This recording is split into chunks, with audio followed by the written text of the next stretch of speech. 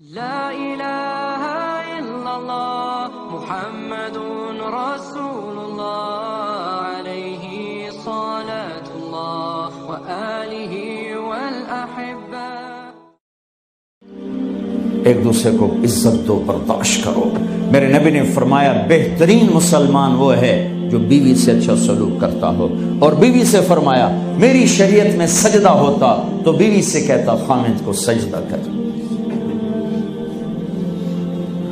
بہترین صدقہ اولاد کی تربیت ہے۔ پورا گھر میرے نبی نے نقشہ، ہر ایک کی قیمت بتائی۔ ماں تیرے قدموں تلے جنت، کا کاش میری ماں زندہ ہوتی، تم دیکھتے میں کیا کرتا۔ میں عشاء کی نماز کے مصلی پر ہوتا، میں سورۃ فاتحہ پڑھ رہا ہوتا، ادھر سے آواز آتی میری ماں کی محمد، تو میں نماز توڑ کے کہتا لبیک اماں جان۔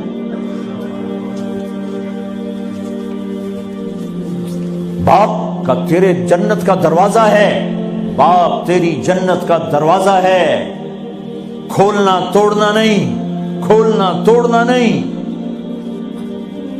توڑ دیا تو جنت میں نہ جا سکو گے۔ سب سے بہترین مسلمان جو بیوی سے اچھا سلوک کرے، سب سے بہترین عورت جو اپنے خامند کی منشا کو دیکھے۔ پھر آپ نے ایک عجب بات فرمائی جو معاشرے میں بہت بوجھ بنتا ہے جس کا، ہاں بھائی تمہیں ایسا صدقہ بتاؤں جس سے بڑھ کے کوئی صدقہ نہیں، تمہیں ایسا صدقہ بتاؤں جس سے بڑھ کے کوئی صدقہ نہیں۔ انہوں نے کہا جی کیا؟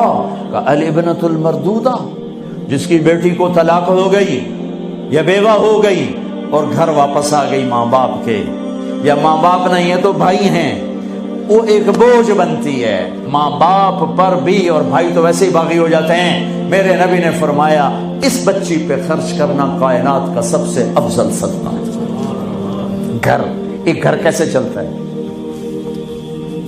ہمارے ہاں پنجاب سندھ بلوچستان سرحد میں بہنوں کو وراثت میں کوئی حصہ نہیں ملتا، سب بھائی کھا جاتے ہیں۔ میرے نبی نے فرمایا جس کو اللہ نے 2 بہنیں دیں اس نے ان کا حق ادا کیا، شادی کی حق ادا کیا۔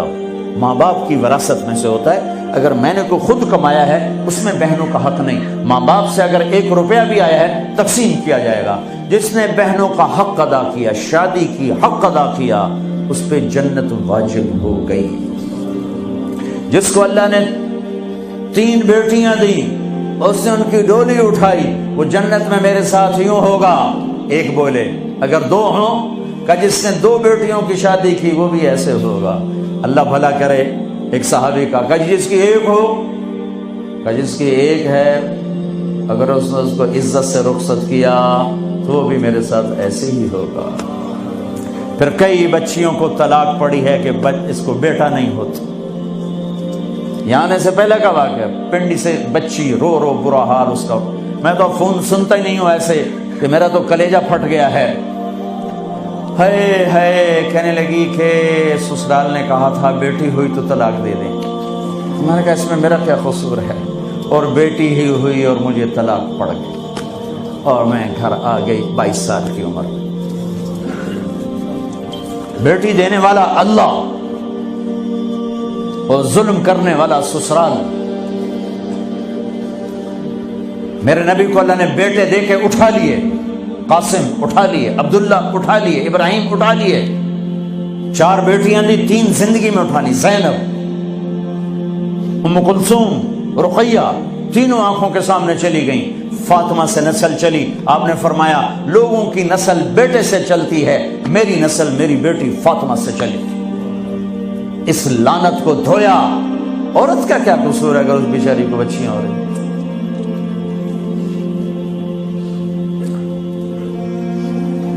جس نے اپنی بہنوں کو حق ادا کیا، جس نے بیٹیوں کو ڈولے میں بٹھایا، ان کا حق ادا کیا، کہ جنت میں یوں ہو جائے گا۔ بہنوں کو دینا اتنا ضروری ہے، حرام ہو جاتی ہے روٹی۔ میں نے مولانا جمشید صاحب میرے استاد ہیں، میں نے ان سے تفسیر پڑھی۔ میں ایک دن شہد کی بوتل لے کر گیا، پرانی بات ہے 76-77، میں نے کہا حضرت یہ ہدیہ ہے، فرمایا کہاں سے لائے ہو؟ انہوں نے کہا جی میرے اپنے باپ ہے۔ فرمایا تیرے باپ نے اپنی بہنوں کو، تیرے باپ نے اپنی بہن یعنی میری پھوپھیوں کو، تیرے باپ نے اپنی بہنوں کو زمین میں سے حصہ دیا تھا؟ یہ سوال کیوں کیا؟ 10 روپے کی شہد کی بوتل تھی اس وقت، کہ اگر دیا تھا تو یہ میں لے لوں گا، اگر نہیں دیا تو پھر یہ حرام ہے، میں نہیں لوں گا، یہ مطلب۔